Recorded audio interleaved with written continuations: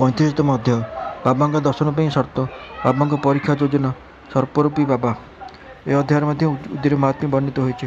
ଏହା ସହ ଏପରି ଦୁଇଟି ଘଟଣାର ଉଲ୍ଲେଖ କରାଯାଇଛି କି ଯାହା ବାବା ଦକ୍ଷିଣା ଦେବାକୁ ଅସ୍ୱୀକାର କରିଛନ୍ତି ଓ ଦ୍ୱିତୀୟରେ ତାଙ୍କୁ ପରୀକ୍ଷା ଦେବାକୁ ଚେଷ୍ଟା କରାଯାଇଛି। ପ୍ରଥମେ ପରୀକ୍ଷା ବିଷୟ ବର୍ଣ୍ଣନା କରିବା। ଆଧ୍ୟାତ୍ମିକ କ୍ଷେତ୍ରରେ ସାମ୍ପ୍ରଦାୟିକ ମନୋବୃତ୍ତି ବଡ଼ ପ୍ରତିବନ୍ଧକ। ନିରାକାରବାଦୀମାନେ ଈଶ୍ୱରଙ୍କ ସଗୁଣ ଉପାସନା ଏକ ଭ୍ରମ ଓ ସନ୍ଥମାନେ ମଧ୍ୟ ସାଧାରଣ ବ୍ୟକ୍ତି ସଦୃଶ ବୋଲି କହିଥାନ୍ତି। ଏହି କାରଣରୁ ତାଙ୍କର ଚରଣ ବନ୍ଦନା କରି ତାଙ୍କୁ ଦକ୍ଷିଣା ଦେବା କି ପ୍ରୟୋଜନ? ଅନ୍ୟାନ୍ୟ ମତାବଲମ୍ବୀଙ୍କ ମଧ୍ୟ ଏହି ମତ ଯେ ନିଜର ସଦ୍ଗୁରୁ ବ୍ୟତୀତ ଅନ୍ୟ କୌଣସି ସନ୍ଥଙ୍କୁ ପ୍ରଣାମ ଓ ଭକ୍ତି କରିବା ଉଚିତ ନୁହେଁ। ଏହି ପ୍ରକାର ଅନେକ ଆଲୋଚନା ସମାଲୋଚନା ସାଇବାବାଙ୍କ ବିଷୟରେ ଆଗରୁ ହୋଇସାରିଛି ଏବଂ ଏବେ ମଧ୍ୟ ଶୁଣିବାକୁ ମିଳୁଛି। କାହାର ଅଭିଯୋଗ ଥିଲା ଯେ ଆମେ ଯେତେବେଳେ ଶିରିଡ଼ି ଗଲୁ ବାବା ଦକ୍ଷିଣା ମାଗିଲେ। ଏପରି ଦକ୍ଷିଣା ମାଗିବା ଜଣେ ସନ୍ଥଙ୍କ ପକ୍ଷେ ଶୋଭନୀୟ କି? ଯେତେବେଳେ କି ସେ ଏ ପ୍ରକାର ଆଚରଣ କରୁଛନ୍ତି ତାଙ୍କର ସାଧୁ ଧର୍ମ ରହିଲା କେଉଁଠି? କିନ୍ତୁ ଏପରି କେତେକ ଘଟଣା ମଧ୍ୟ ପରିଲକ୍ଷିତ ହୋଇଛି।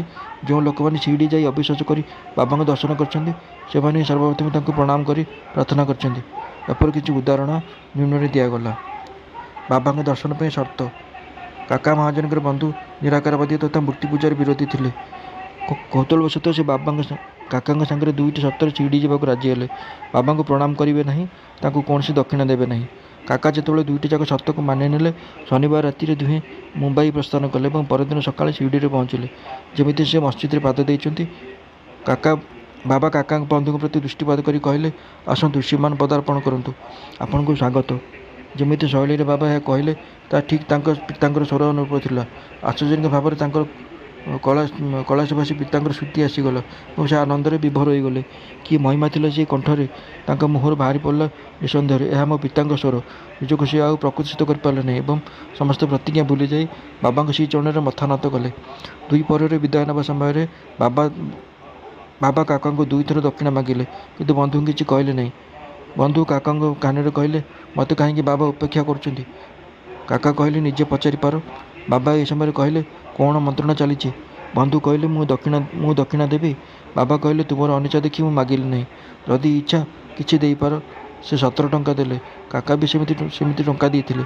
ବାବା ଏବେ ତାଙ୍କୁ ଉପଦେଶ ଦେଲେ, ତୁମ ଭିତରେ ଯେଉଁ ଭେଦଭାବ ରହିଛି ତାକୁ ଦୂର କରିଦିଅ, ଯାହାଦ୍ୱାରା ଆମେ ପରସ୍ପରକୁ ଦୃଷ୍ଟିପାତ କରି ମିଳନ ପଥ ସୁଗମ କରିପାରିବା। ବାବା ତାଙ୍କୁ ଫେରିବାକୁ ଅନୁମତି ଦେଲେ ଏବଂ ଯାତ୍ରା ସଫଳ ହେଉ ବୋଲି କହିଲେ। ଯଦିଓ ଆକାଶରେ ବାଦଲ ଘୋଟିଯାଇଥିଲା ଏବଂ ଜୋରରେ ପବନ ବହୁଥିଲା, ତଥାପି ଦୁହେଁ କୁଶଳରେ ମୁମ୍ବାଇରେ ପହଞ୍ଚିଲେ। ଘରେ ପହଞ୍ଚି ଯେତେବେଳେ କବାଟ ଝରକା ଖୋଲିଲେ, ଦୁଇଟି ଘରଚଟିଆ ମରି ପଡ଼ିଥିବାର ଦେଖିଲେ। ତୃତୀୟଟି ତାଙ୍କ ଆଖି ସାମ୍ନାରୁ ଉଡ଼ି ପଳାଇଲା। ସେ ମନେ କଲେ, ଯଦି ଝରକା ଖୋଲା ଛାଡ଼ି ଦେଇଥାନ୍ତେ ତାହେଲେ ଜୀବମାନଙ୍କର ପ୍ରାଣ ଅବଶ୍ୟ ରକ୍ଷା ପାଇଥାନ୍ତା। କିନ୍ତୁ ପୁଣି ତାଙ୍କ ମନରେ ବିଚାର ଆସିଲା କି ଏହା ହୁଏତ ସେମାନଙ୍କର ଭାଗ୍ୟ ଅନୁସାରେ ଘଟିଲା ଏବଂ ବାବା ତୃତୀୟ ଜଣଙ୍କର ପ୍ରାଣ ରକ୍ଷା କରିବା ପାଇଁ ଶୀଘ୍ର ମୋତେ ପଠାଇଦେଲେ। ବାବାଙ୍କ ପରୀକ୍ଷା ପାଇଁ ସେଠଙ୍କ ଯୋଜନା। ମୁମ୍ବାଇର ସଲିସିଟର ଠକୁର ଧରମସିଂ ଜେଠାଭାଇଙ୍କ ଫାର୍ମରେ କାକା ମହାଜନୀ ମ୍ୟାନେଜର ଥିଲେ। ଉଭୟଙ୍କ ମଧ୍ୟରେ ଭଲ ସମ୍ପର୍କ ଥିଲା। କାକା ଶିରିଡ଼ି ଯାଉଥିବା ତଥା ବାବାଙ୍କର ଅନୁମତି ପରେ ସେଠୁ ଫେରିଥିବା କଥା ଠକ୍କର ଜାଣିଥିଲେ। କୌତୂହଳବଶତଃ ସେ ମଧ୍ୟ ବାବାଙ୍କ ସହ ସେହି ଅବସରରେ ଶିରିଡ଼ି ଯିବାକୁ ସ୍ଥିର କଲେ। କାକା ଥରେ ଶିରିଡ଼ି ଗଲେ ତାଙ୍କର ଫେରିବା ଅନିଶ୍ଚିତ ରହୁଥିବାରୁ ଠକ୍କରଙ୍କ ସାଙ୍ଗରେ ଆଉ ଜଣେ ବନ୍ଧୁଙ୍କୁ ନେଲେ ଏବଂ 3 ଜଣ ମିଶି ଯାତ୍ରା କଲେ। ବାଟରେ କାକା ବାବାଙ୍କୁ ଅର୍ପଣ କରିବା ଉଦ୍ଦେଶ୍ୟରେ 200 ମଞ୍ଜିବାଲା କିସମିସ କିଣିଲେ। ନିର୍ଦ୍ଧାରିତ ସମୟରେ ସେମାନେ ଶିରିଡ଼ିରେ ପହଞ୍ଚିଲେ ଏବଂ ବାବାଙ୍କ ଦର୍ଶନ ନିମିତ୍ତ ଦ୍ୱାରକାମାଇ ଗଲେ। ସେହି ସମୟରେ ବାବା ସାହେବ ତର୍ଖଡ ସେଥିରେ ଉପସ୍ଥିତ ଥିଲେ। ତାଙ୍କୁ ଦେଖି ଠାକୁର ଆସିବାର ଅଭିପ୍ରାୟ ଜଣାଇଲେ। ତର୍ଖଡ କହିଲେ, ସେ କେବଳ ଦର୍ଶନ ପାଇଁ ଆସିଛନ୍ତି। ଏହାପରେ ଠକ୍କର ପଚାରିଲେ, ଏଠାରେ ଚମତ୍କାରିତା ଦେଖିବାକୁ ମିଳେ କି? ତର୍ଖଡ କହିଲେ, ମୋର ସେଥିରେ ଆଗ୍ରହ ନାହିଁ। ଭକ୍ତମାନଙ୍କ ହାର୍ଦ୍ଦିକ ଇଚ୍ଛା ତ ଏଠାରେ ପୂରଣ ହୋଇଥାଏ। ଏହାପରେ କାକା ମହାଜନୀ ବାବାଙ୍କ ଚରଣରେ ସାଷ୍ଟାଙ୍ଗ ପ୍ରଣାମ କରି କିସମିସ ଅର୍ପଣ କଲେ। ବାବା ତାଙ୍କୁ ସମସ୍ତଙ୍କ ମଧ୍ୟରେ ବିତରଣ କରିବାକୁ କହିଲେ। ଠକ୍କରଙ୍କୁ ମଧ୍ୟ କିଛି କିସମିସ ମିଳିଲା, ତେବେ ତାଙ୍କୁ କିସମିସ ଭଲ ଲାଗୁନଥିଲା। ଦ୍ୱିତୀୟରେ, ଭଲ ଭାବେ ଧୁଆ ହୋଇନଥିବା ଏପରି ଜିନିଷ ଖାଇବା ପାଇଁ ଡାକ୍ତର ତାଙ୍କୁ ମନା କରିଥିଲେ। ଏଣୁ ସେ ଖାଇବେ କି ନ ଖାଇବେ କିଛି ନିର୍ଣ୍ଣୟ କରିପାରୁନଥିଲେ। ତେବେ ଔପଚାରିକତା ରକ୍ଷା ପାଇଁ ସେ କିଛି କିସମିସ ପାଟିରେ ପକାଇଲେ, ତେବେ ତା'ର ମଞ୍ଜି କେଉଁଠି ପକାଇବେ ଜାଣିପାରୁନଥିଲେ। ମସଜିଦ ଚଟାଣରେ ତ ପକାଇ ପାରିବେ ନାହିଁ, ତେଣୁ ଇଚ୍ଛା ବିରୋଧରେ ପକେଟରେ ରଖିଲେ। ତାପରେ ମନରେ ଭାବିଲେ ଯେ ବାବା ଯଦି ଜଣେ ସନ୍ଥ, କିସମିସ ତାଙ୍କର ପସନ୍ଦ ନୁହେଁ ବୋଲି ଜାଣିପାରିଲେ ନାହିଁ କିପରି? ପୁଣି ଏଥିପାଇଁ ତାଙ୍କୁ ବାଧ୍ୟ କରିବେ କିପରି? ଯେମିତି ତାଙ୍କ ମନରେ ବିଚାର ଆସିଛି, ବାବା ତାଙ୍କୁ ଆଉ କିଛି କିସମିସ ଦେଲେ, କିନ୍ତୁ ସେ ତାହା ଖାଇଲେ ନାହିଁ ଏବଂ ହାତରେ ଧରି ରହିଲେ। ବାବା ତାଙ୍କୁ ଖାଇବାକୁ କହିଲେ। ସେ ଆଦେଶ ପାଳନ କଲେ ଏବଂ ଦେଖିଲେ ଯେ ତା ଭିତରେ ମଞ୍ଜି ନାହିଁ। ସେ ଚମତ୍କାରିତା ଦେଖିବା ପାଇଁ ଇଚ୍ଛା କରୁନଥିଲେ, ସେ ଇଚ୍ଛା କରୁଥିଲେ, କିନ୍ତୁ ସେ ସୁଯୋଗ ମିଳିଗଲା। ସେ ମନେ କଲେ ଯେ ବାବା ସମସ୍ତେ ବିଚାରକୁ ତୁରନ୍ତ ଜାଣି ନେଉଛନ୍ତି ଏବଂ ତାଙ୍କର ଇଚ୍ଛା ଅନୁସାରେ ତାକୁ ମଞ୍ଜିରହିତ କରିଦେଲେ। କି ଅଦ୍ଭୁତ ଶକ୍ତି ରହିଛି ତାଙ୍କଠାରେ। ପୁଣି ଶଙ୍କା ଦୂର କରିବା ଉଦ୍ଦେଶ୍ୟରେ ପାଖରେ ବସିଥିବା ତରଖଡ଼ଙ୍କୁ ତାଙ୍କର କିସମିସ୍ କିପରି ବୋଲି ପଚାରିଲେ। ତରଖଡ଼ କହିଲେ, ଭଲ ମଞ୍ଜିବାଲା। ଠକ୍କରଙ୍କର ଆଶ୍ଚର୍ଯ୍ୟରେ ସୀମା ରହିଲା ନାହିଁ ଏବଂ ସେ ପୁଣି ଭାବିଲେ ଯେ ବାସ୍ତବରେ ଯଦି ବାବା ସନ୍ଥ ହୋଇଥିବେ ପ୍ରଥମ କିସମିସ୍ କାକାଙ୍କୁ ହିଁ ଦେବେ। ଏମିତି ଭାବୁଛନ୍ତି, ବାବା କହିଲେ ଯେ ଅବଶିଷ୍ଟ କିସମିସ୍ର ପୂର୍ଣ୍ଣ ବିତରଣ କାକାଙ୍କଠାରୁ ଆରମ୍ଭ ହେଉ। ଠକ୍କରଙ୍କ ପାଇଁ ଏତିକି ପ୍ରମାଣ ଯଥେଷ୍ଟ ଥିଲା। ଶ୍ୟାମା ବାବାଙ୍କୁ ଠକ୍କରଙ୍କର ପରିଚୟ କରାଇ ଦେଇ କହିଲେ, ଇଏ ହେଉଛନ୍ତି କାକାଙ୍କର ମାଲିକ। ପ୍ରତ୍ୟୁତ୍ତରେ ବାବା କହିଲେ ଯେ ସେ କାକାର ମାଲିକ ହେବେ କିପରି? କାକାର ମାଲିକ ତ ବଡ଼ ବିଚିତ୍ର। କାକା ଏଥିରେ ଏକମତ ହେଲେ। ନିଜର ପ୍ରତିଜ୍ଞା ତ୍ୟାଗ କରି ଠକ୍କର ବାବାଙ୍କୁ ପ୍ରଣାମ କଲେ ଏବଂ ବାଡ଼କୁ ଫେରି ଆସିଲେ। ମଧ୍ୟାହ୍ନ ଆରତି ସମାପ୍ତ ହେବା ପରେ କାକାଙ୍କଠାରୁ ପ୍ରସ୍ଥାନ ନିମନ୍ତେ ଅନୁମତି ଲୋଡ଼ିବାକୁ ସେମାନେ ମସଜିଦକୁ ଆସିଲେ। ଶ୍ୟାମା ସେମାନଙ୍କର ସହ ଥିଲେ ଏବଂ ବାବା କହିଲେ, ଜଣେ ଚଞ୍ଚଳମତି ଭଦ୍ର ବ୍ୟକ୍ତି ଥିଲେ। ସେ ବେଶ୍ ସୁସ୍ଥ ଓ ଧନୀ ଥିଲେ। ଯଦିଓ ଶାରୀରିକ ତଥା ମାନସିକ ପୀଡ଼ାରୁ ମୁକ୍ତ ଥିଲେ, କିନ୍ତୁ ଅନାବଶ୍ୟକ ଚିନ୍ତାରେ ବୁଡ଼ି ରହିବା ଫଳରେ ମନ ଅଶାନ୍ତ ହୋଇଯାଉଥିଲା। କେତେବେଳେ ସେ ସ୍ଥିର ଏବଂ କେତେବେଳେ ଚିନ୍ତିତ ରହୁଥିଲେ। ତାରି ଅବସ୍ଥା ଦେଖି ମୋ ମନରେ ଦୟା ଆସିଲା ଏବଂ ମୁଁ ତାକୁ କହିଲି ଯେ, କୃପା କରି ଏବେ ତୁମର ବିଶ୍ୱାସ ଗୋଟିଏ ଇଜ୍ଜତ ସ୍ଥାନରେ ସ୍ଥିର କରିଦିଅ। ଏ ପ୍ରକାର ବୃଥା ଘୂରି ବୁଲିବାର କୌଣସି ଫାଇଦା ନାହିଁ। ଶୀଘ୍ର ଏବଂ ଏକ ନିର୍ଦ୍ଦିଷ୍ଟ ସ୍ଥାନ ବାଛି ନିଅ। ଏ ଉକ୍ତି ଠକ୍କରଙ୍କ ହୃଦୟ ଗନ୍ଧକୁ ତୁରନ୍ତ ସ୍ୱରଭିତ କଲା ଏବଂ ସେ ହୃଦବୋଧ କଲେ ଯେ ଏହା ତାଙ୍କ ପାଇଁ ଉଦ୍ଦିଷ୍ଟ। ତାଙ୍କର ଇଚ୍ଛା ଥିଲା ଯେ କାକା ମଧ୍ୟ ତାଙ୍କ ସହ ଫେରି ଯାଆନ୍ତୁ। ବାବା ତାଙ୍କର ଏହି ବିଚାର ଜାଣି କାକାଙ୍କୁ ଠକ୍କରଙ୍କ ସହିତ ଫେରିବାକୁ ଅନୁମତି ଦେଲେ। କାକା ଏବେ ଶୀଘ୍ର ଶିରିଡ଼ିକୁ ଫେରିବେ ବୋଲି କେହି ଭାବୁନଥିଲେ। ଏ ପ୍ରକାର ଠକ୍କର ବାବାଙ୍କର ଅନ୍ତର୍ଯ୍ୟାମ ସ୍ୱରୂପର ଆଉ ଏକ ପ୍ରମାଣ ପାଇଲେ। ଏହାପରେ ବାବା କାକାଙ୍କୁ 15 ଟଙ୍କା ଦକ୍ଷିଣା ମାଗିଲେ ଏବଂ କହିଲେ, ଯଦି ମୁଁ କାହାଠାରୁ 1 ଟଙ୍କା ଦକ୍ଷିଣା ନିଏ ତାହେଲେ 10 ଗୁଣ ଫେରାଇ ଦିଏ। ମୁଁ କାହାର କୌଣସି ଜିନିଷ ବିନା ମୂଲ୍ୟରେ ନେଇ ନାହିଁ କି ସମସ୍ତଙ୍କୁ ମାଗେ ନାହିଁ। ଯଦି ଯାହା ପ୍ରତି ଫକୀର ଅର୍ଥାତ୍ ଈଶ୍ୱର ଇଶାରା କରନ୍ତି ତାଙ୍କୁ ହିଁ ମୁଁ ମାଗେ। ଆଉ ଯିଏ ଗତ ଜନ୍ମରୁ ଋଣୀ ହୋଇଥାଏ ତାହାର ହିଁ ଦକ୍ଷିଣା ସ୍ୱୀକାର କରାଯାଏ। ଦାନୀ ଦିଏ ଏବଂ ଭବିଷ୍ୟତରେ ଅନୁପମ ଅମଳ ପାଇଁ ବୀଜ ରୋପଣ କରିଥାଏ। ଧନର ଉପଯୋଗ ଧର୍ମ ଉପାର୍ଜନ ପାଇଁ ହେବା ଉଚିତ। ଯଦି ତାହା ବ୍ୟକ୍ତିଗତ ଉପଯୋଗରେ ବ୍ୟୟ କରାଯାଏ ତାହେଲେ ତାହା ଦୁରୁପଯୋଗୀ ହେଲା। ଯଦି ତୁମେ ପୂର୍ବ ଜନ୍ମରେ ଦାନ କରିନାହଁ, ଏ ଜନ୍ମରେ ପାଇବାର ଆଶା କିପରି ରଖିବ? ଏଥିପାଇଁ ଯଦି ପ୍ରାପ୍ତିର ଇଚ୍ଛା ରଖିଛ ତାହେଲେ ଏବେ ଦାନ କର। ଦକ୍ଷିଣା ଦେବା ଦ୍ୱାରା ବୈରାଗ୍ୟ ବୃଦ୍ଧି ପାଇଥାଏ ଏବଂ ବୈରାଗ୍ୟ ପ୍ରାପ୍ତି ଦ୍ୱାରା ଭକ୍ତି ଏବଂ ଜ୍ଞାନ ବୃଦ୍ଧି ପାଏ। ପଇସାଟିଏ ଦିଅ ଏବଂ ଦକ୍ଷିଣା 10 ଗୁଣ ନିଅ। ଏକଥା ଶୁଣି ଶ୍ରୀ ଠକ୍କର ତାଙ୍କ ସଂକଳ୍ପତା ଭୁଲି ଯାଇ ବାବାଙ୍କୁ 15 ଟଙ୍କା ଅର୍ପଣ କଲେ। ତାଙ୍କର ଶିରିଡ଼ି ଯାତ୍ରା ସବୁ ଦୃଷ୍ଟିରୁ ସାର୍ଥକ ହେଲା ଓ ତାଙ୍କର ସମସ୍ତ ଆଶଙ୍କା ଦୂର ହୋଇଗଲା। ଏ କ୍ଷେତ୍ରରେ ବାବାଙ୍କର କୌଶଳ ବଡ଼ ଅଦ୍ୱିତୀୟ ଥିଲା।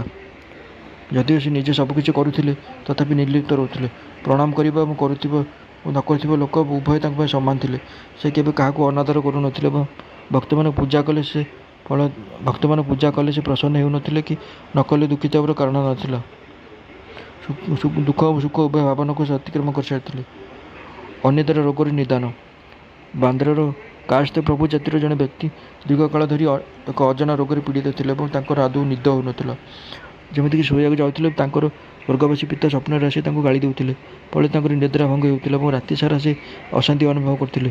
ପ୍ରତ୍ୟେକ ଦିନ ରାତିରେ ସେପରି ବୋଧ ହେଉଥିଲା ଯାହାଦ୍ୱାରା ସେ ବଡ଼ କଷ୍ଟ ଭୋଗୁଥିଲେ। ଦିନେ ବାବାଙ୍କର ଜଣେ ଭକ୍ତଙ୍କୁ ସେହି ବିଷୟ ଜଣାଇଲେ।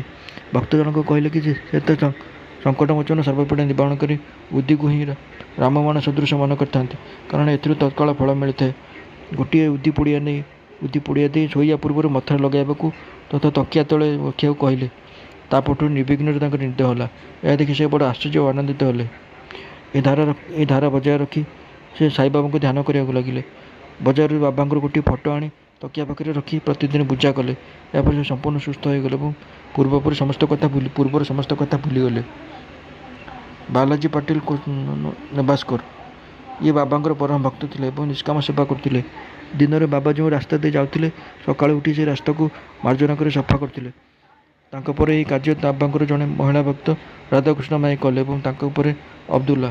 ବାଲାଜୀ ଯେତେବେଳେ ଶସ୍ୟ ଅମଳ କରି ଫେରୁଥିଲେ, ଏହି ସମସ୍ତ ଶସ୍ୟ ବାବାଙ୍କୁ ଅର୍ପଣ କରିଦେଉଥିଲେ। ସେଥିରୁ ସେ ଯେତିକି ଫେରାଉଥିଲେ ସେତିକିରେ ସେ ତାଙ୍କର କୁଟୁମ୍ବ ଭରଣ ପୋଷଣ କରୁଥିଲେ। ଅନେକ ବର୍ଷ ଧରି ଏହି ଧାରା ଚାଲିଥିଲା ଏବଂ ତାଙ୍କର ମୃତ୍ୟୁ ପରେ ବି ତାଙ୍କର ପୁତ୍ର ଏବେ ଏହାକୁ ଜାରି ରଖିଲେ।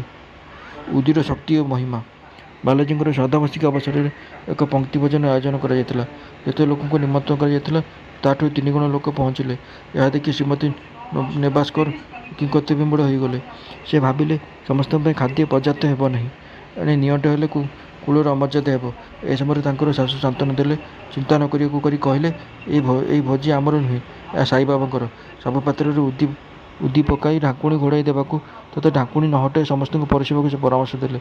ବାବା ହିଁ ଆମର ଲଜ୍ଜା ଦୂର କରିବେ। ଶାଶୁଙ୍କ ପରାମର୍ଶ ପାଳନ କରାଗଲା। ଆଶ୍ଚର୍ଯ୍ୟର ବିଷୟ ଯେ ସମସ୍ତେ ତୃପ୍ତିପୂର୍ବକ ଭୋଜନ କରିବା ପରେ ମଧ୍ୟ ଆହୁରି ଭୋଜନ ସାମଗ୍ରୀ ବଳିଥିଲା।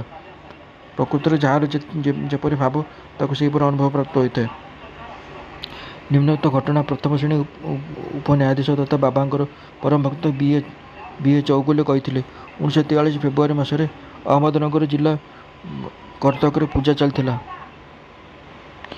କରଜାତ୍ରୀ ପୂଜା ଚାଲିଥିଲା। ଏ ଅବସରରେ ଏକ ବଡ଼ ଭୋଜିଭାତର ଆୟୋଜନ କରାଗଲା। ଭୋଜନ ସମୟରେ ଆମନ୍ତ୍ରିତ ଲୋକଙ୍କଠାରୁ 5 ଗୁଣ ଅଧିକା ଭୋଜନ ସାମଗ୍ରୀ ହେଲା। ତଥାପି ଖାଦ୍ୟ ନିଅଣ୍ଟ ହେଲା ନାହିଁ। ବାବାଙ୍କ କୃପାରୁ ସମସ୍ତେ ପେଟପୂରା ଭୋଜନ କଲେ। ଏହା ଦେଖି ସମସ୍ତେ ଆଶ୍ଚର୍ଯ୍ୟ ହେଲେ। ସର୍ପରୂପରେ ସାଇବାବାଙ୍କ ପ୍ରକଟ। ଶିରିଡ଼ିର ରଘୁ ପାଟିଲ ଥରେ ନେବାସ୍ଥିତ ବାଲାଜୀ ପାଟିଲ ଘରକୁ ଯାଇଥିଲେ।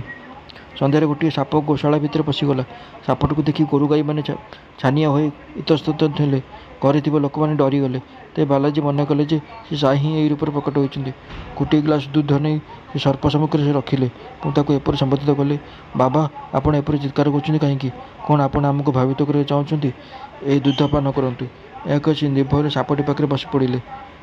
ପରିବାରର ଅନ୍ୟ ଲୋକମାନେ ତ ବେଶ ବିବ୍ରତ ହୋଇ ପଡ଼ିଲେ ଏବଂ କ'ଣ କରିବେ ବୁଝିପାରୁ ନଥିଲେ। ମାତ୍ର କିଛି ସମୟ ପରେ ସାପଟି ଅଦୃଶ୍ୟ ହୋଇଗଲା ଏବଂ କେହି ବି ଜାଣିପାରିଲେ ନାହିଁ ଯେ ସେ କୁଆଡ଼େ ଗଲା।